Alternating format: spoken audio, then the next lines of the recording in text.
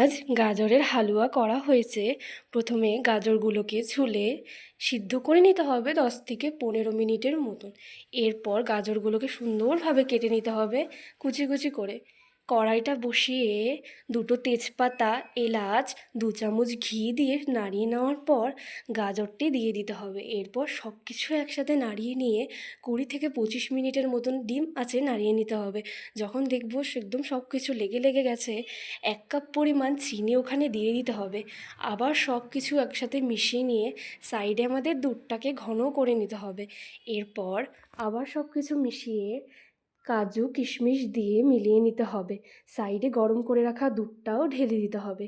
এখানে আমরা জল একদমই ইউজ করিনি, আপনারা চাইলে জল ও দুধ দুটোই দিতে পারবেন, কিন্তু আমরা এখানে জল দিইনি স্বাদটা বেশি আনার জন্য। এই তো তৈরি হয়ে গেছে। এরপর দুধটা দিয়ে ভালো মতন মিশিয়ে নিতে হবে, তুলে ফেললেই তৈরি। তার আগে 2 চামচ ঘিও দিয়েছি আমরা, আপনারা চাইলে ঘি অ্যাভয়েড করতে পারবেন যেহেতু প্রথমে ঘিটা দিয়েছেন। তুলে ফেললে উপরে একটু মালাই দিয়ে সার্ভ করলেই তৈরি হয়ে গেল গাজরের হালুয়া। পছন্দ হলে লাইক শেয়ার কমেন্ট একদম করবেন।